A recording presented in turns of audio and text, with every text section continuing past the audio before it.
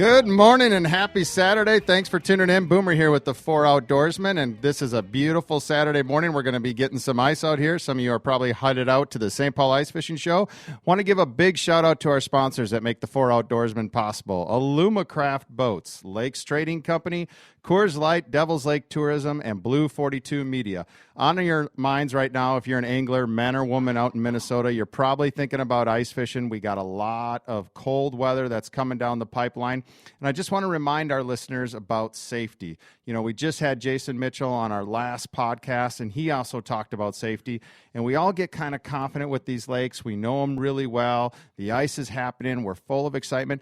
And it's time to get out there and fish, but make sure you go out there with the right equipment. There's a lot of great stuff out there, from a stub bar and walking out there and throwing that stub bar in front of you every couple of steps, wearing some type of floating device like a lift suit, making sure that you can float above the water, and just really making sure that that ice is safe, and don't get too courageous when we get out there in this early ice season. But one thing that you can do that's really cool that I got a tip from my buddy at Corey at Vexilar is when you're using that flasher out there, typically you're drilling holes out there and you're kind of looking at what's the water depth, where are the weeds, where are the contour breaks, where are the fish suspended, and you drill that hole. Well, this time of year, we got some pretty thin ice out there, or this early ice. You know, just make sure that you got some clear water, or it's clear on top of the ice, and you can actually just put your Vexilar transducer right on top of the ice, and that sonar real-time flasher is going to shoot right through the ice, and it's going to tell you the depth, it's going to tell you the contour, it's going to tell you where the weeds are, and you don't even have to drill a hole in the ice this time of year.